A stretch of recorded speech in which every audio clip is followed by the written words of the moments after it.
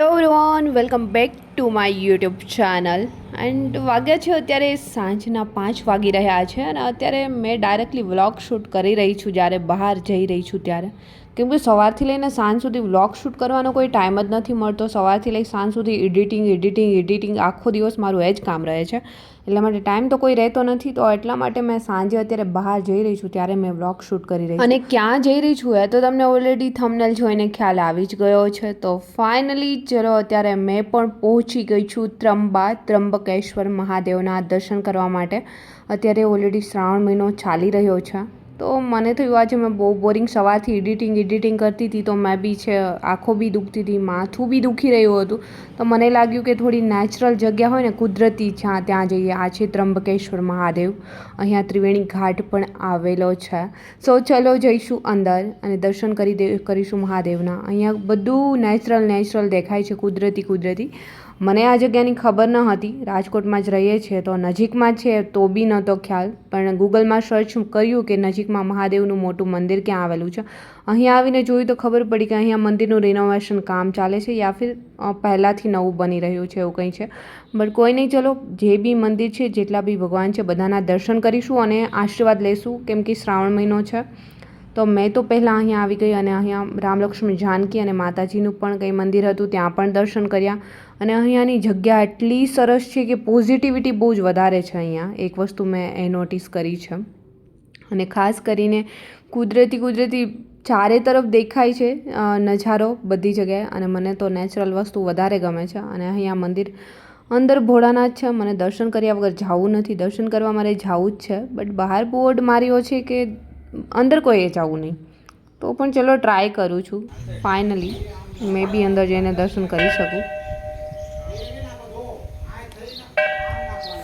સો આ તરફ અત્યારે મને તો ફાઇનલી અંદર જવા દીધી છે, એટલે ભોળાનાથના દર્શન તો થઈ ગયા. કેમ કે અહીંયા ત્રંબકેશ્વર મહાદેવના દર્શન કરવા તો મેં આવી હતી, અને જો દર્શન ન થાય તો કેમ મજા આવે યાર.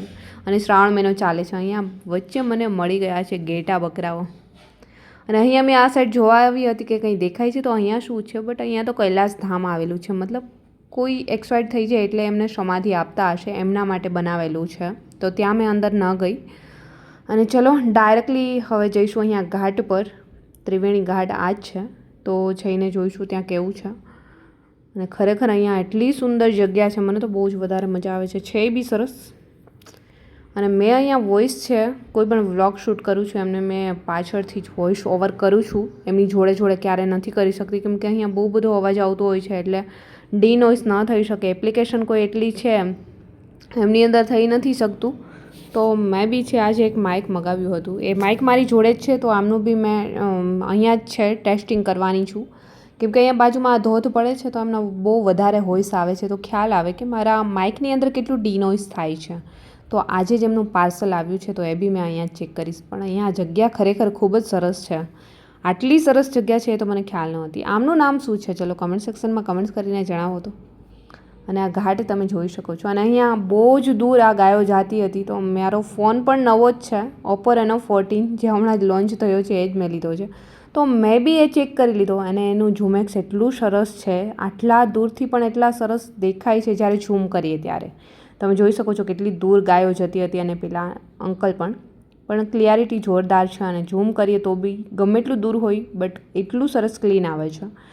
અને આ પાર્સલ જે મને મળી ગયું છે, મેં મગાવ્યું હતું માઇક એમનું. તો ચલો અહીંયા જ એમનું અનબોક્સિંગ કરીશ. જગ્યા બી સરસ છે, આમ બી થોડી વાર બેસવાનું હતું. પાર્સલ આજે જ મારી હાથમાં આવ્યું છે, તો જોડે જ હતું નીકળતા ટાઈમે.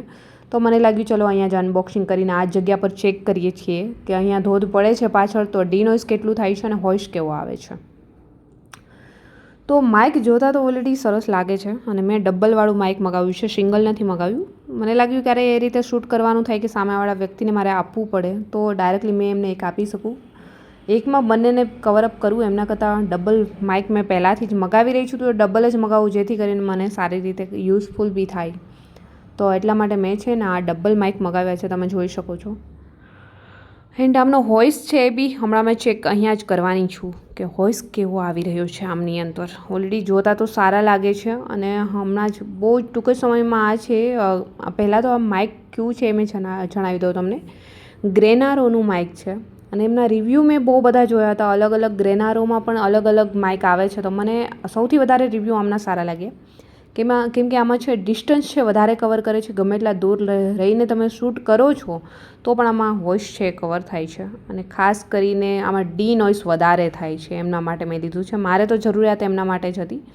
બહુ વધારે દૂરથી તો શૂટ કરવાનું ન થતું હોય, પણ જ્યારે ડી નોઇસની મારે બહુ વધારે જરૂર પડે છે. પાછળનો વોઇસ વધારે આવતો હોય છે જ્યારે એડવર્ટાઇઝમેન્ટનું કામ કરતા હોય. હેલો એવરીવન, તો અત્યારે મેં જે આ ગ્રેનારોના માઇક મગાવ્યું હતું એમનું ચેક કરવાના છે, વોઇસ ચેક કરવાના છે કે કેટલો ડી નોઇસ થાય છે. અત્યારે પાછળ છે અહીંયા ધોધ પડે છે તો એમનો બહુ જ વધારે વોઇસ આવે છે. તો ચેક કરીશું કે માઇકની અંદર શૂટ કરવાથી કેટલું ડી નોઇસ થાય છે અને કેટલું અંતર કવર કરે છે. તો આ મારા હાથમાં છે અત્યારે જે મેં માઇક મગાવ્યું છે ગ્રેનારોનું, ઓલરેડી ચાલુ છે અને એમાં મેં વોઇસ ચેક કરી રહી છું કે પાછળ આ જે નદી છે એમનો ધોધ પડે છે તો વોઇસ કેવો આવે છે. પહેલાં વિધાઉટ માઇક મેં છે શૂટ કર્યો છે વોઇસ, અને આ માઇક જોડે છે તો ખબર પડે કે કેટલો વોઇસ છે, ડી નોઇસ થઈ શકે છે. અને કોઈ પણ રસ્તા પર આપણે શૂટ કરી રહ્યા છીએ યા ફિર કોઈ ઘોંઘાટવાળી જગ્યા પર તો કેટલો ડી નોઇસ થાય છે અને કેટલું અંતર કવર કરે છે એ બી જોઈશું કે કેટલા ડિસ્ટન્સ દૂર રહીને બી કવર થઈ શકે છે. જોઈએ કેટલા ડિસ્ટન્સ સુધીમાં એ વોઇસ છે કવર કરે છે. ઓલરેડી આજે જ મારું માઇક આવ્યું છે તો મારે ચેક કરવાનું છે તમને વોઇસ અંદર આવતો હશે તો ડિસ્ટન્સ બી જોઈ શકો છો મેં કેટલી દૂર ઊભી છું અને વોઇસ અંદર કેવો આવે છે મને ખ્યાલ નથી, મેં બી લાસ્ટમાં ચેક કરીશ. બટ તમને ખ્યાલ આવી ગયો હશે કે આટલા દૂરથી પણ કેચઅપ થતો હશે વોઇસ ઓલરેડી. સો લાસ્ટમાં મેં બી ચેક કરીને જોઈશ. અને બાજુમાં ઓલરેડી નદી છે તો એમનો કેટલો ડી નોઇસ થઈ રહ્યો છે એ બી તમને ખ્યાલ આપતો હશે. સો આઈ હોપ કે મારું માઇક છે આ બેસ્ટ નીકળે. લાસ્ટમાં રિવ્યૂ તમને ખબર પડી જ ગયા હશે. પહેલાં માઇક વિધાઉટ માઇક મેં છે શૂટ કર્યું છે અને હવે માઇક જોડે. સો જે લોકો આ માઇક લેવા માગતા હોય એમને છે મેં લિંક છે ડિસ્ક્રિપ્શનની અંદર આપી દઈશ, તો ત્યાં જઈને તમે આ માઇક છે પરચેસ કરી શકો છો. ઓલરેડી મેં છે ડબલ માઇક મગાવ્યા છે, સિંગલ નથી મગાવ્યું. તમારે સિંગલ જોતું હોય તો એ બી મળી જશે. અને મેં જે માઇક મગાવ્યા છે એ ડબલ છે, તો એમની લિંક મેં તમને આપી દઈશ, તો ત્યાંથી તમે પરચેસ કરી શકો છો. સો ફાઇનલી દોસ્તો અત્યારે મેં આવી ગઈ હતી ત્રંબકેશ્વર મહાદેવ. સો દર્શન તો કરી લીધા છે, બટ અહીંયા ઘાટ તમે જોઈ શકો છો ત્યાં અત્યારે મેં ફરી રહી છું અને મારું માઇક બી ચેક કરી રહી હતી કે વોઇસ કેવો આવે છે. તો મેં અત્યારે માઇકમાં શૂટ કરી રહી છું. સો ઓલરેડી દર્શન તો થઈ ગયા છે. સો હવે મેં જઈશ ઘરે.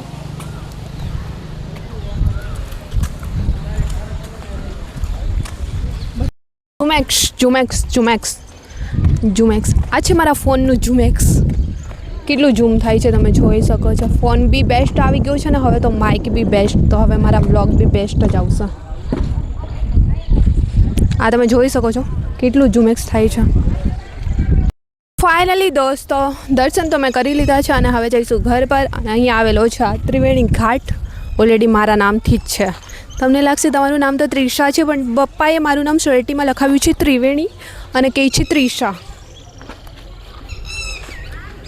સો ચાલો અત્યારે મેં પણ નીકળી જઈશ ફટાફટથી, કેમ કે ઓલરેડી વરસાદ આવે એવું વાતાવરણ થઈ ગયું છે અને વાગવા આવ્યા છે 6. જવાનું છે મંદિરે હનુમાનજી દાદુના, તો ફટાફટથી અહીંથી નીકળી જઈશું અને મળીશું ડાયરેક્ટ હનુમાનજી દાદુના મંદિરે. તો ફાઇનલી અત્યારે મેં પણ ત્યાંથી નીકળી ગઈ છું અને જઈશું ડાયરેક્ટલી હવે રાજકોટમાં. આજે શનિવાર છે એટલે હનુમાનજી દાદુના મંદિરે મેં જતી હોઉં છું. અને માઇકનો વોઇસ તમે જોઈ લીધો છે, લેવલ 1 ઉપર રાખ્યું હતું, મતલબ લેવલ ચાલુ જ નથી કર્યું 1 2 3 વાળું, છતાં બી એટલો ક્લિયર વોઇસ આવતો હતો. લેવલ 2 અને 3 ઉપર ચેક કર્યું છે, શોર્ટ્સ વિડીયોમાં મેં તમને બતાવીશ. એકદમ ક્લિયર વોઇસ આવે છે, પાછળનો વોઇસ બિલકુલ જ નથી આવતો. અને અત્યારે વરસાદ જેવું વાતાવરણ હતું. ફાઇનલી પહોંચી ગયા છીએ રાજકોટની અંદર અને વરસાદ પણ અહીંયા ચાલુ થઈ ગયો છે. કોઈ નહીં, ચલો ધીમે ધીમે ઊભા રહેતા અમે બી પહોંચી ગયા અને આ તરફ મંદિરે આવી ગઈ છું મેં આરતી લેવા માટે.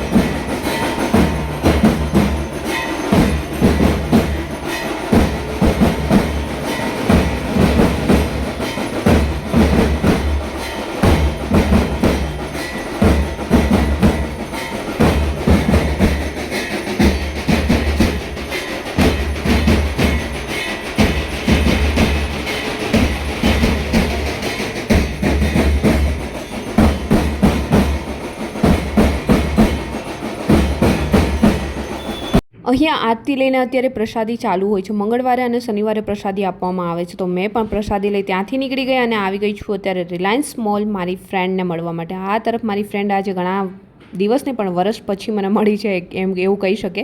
અમે લોકો ક્રોમામાં સાથે જોબ કરતા હતા. આજે જોઈને મને પાગલ જ થઈ ગઈ છે કે ઘણા દિવસ પછી હું એમને મળી છું. અને ચલો અહીંયા થોડી વાર અમે લોકો બેસીશું, ડિસ્કસ વગેરે કરીશું, ગપશપ લગાવીશું. ખાસ કરીને ડિસ્કસ તો નહીં, ફ્રેન્ડ જોડે તો ગપશપ જ હોય. તો અમે લોકો અત્યારે છે એમને મારા માટે નાસ્તાનો ઓર્ડર આપી દીધો છે અને અહીંયા બેસું. આજે મેં ખાસ અમને મળવા આવી છું ટાઈમ નીકાળીને, કેમ કે એ જોબ કરે છે તો એમની જોબ ઉપર હોય છે, હું મારા કામમાં હોઉં છું. અત્યાર સુધી તૈયારી કરતા તો મને કોઈ ટાઈમ ન મળતો હતો એમને મળવા જવાનો, તો 1 વર્ષથી મેં એમને મળી જ ન હતી. અને આ તરફ મારો નાસ્તો પણ આવી ગયો છે, ફ્રેન્ચ ફ્રાય મગાવી છે. તો ચલો અત્યારે એમને મળીને અમે લોકો બી રિટર્ન થઈ જશું. ઓલરેડી સાંજના 9 થવા આવ્યા છે અને નીકળી જઈશું. કાલે અમે લોકો બહાર જવાનો પ્લાન કરી રહ્યા છું, તો ફરી મળવાના જ છીએ. તો ચલો અત્યારે મેં બી એમને મળીને નીકળી જઈશ એન્ડ ફટાફટથી જઈશું ઘર પર. એન્ડ આજનો વ્લોગ બી મેં જ કરવાની છું સમાપ્ત. આઈ હોપ કે તમને આજનો વ્લોગ બી પસંદ આવ્યો હશે. પસંદ આવ્યો છે તો વ્લોગને લાઇક, કમેન્ટ, શેર, સબસ્ક્રાઈબ જરૂર કરજો. જલ્દી મળીશું મારા એક ન્યૂ વ્લોગ સાથે. ત્યાં સુધી બધાને બાય એન્ડ ટેક કેર.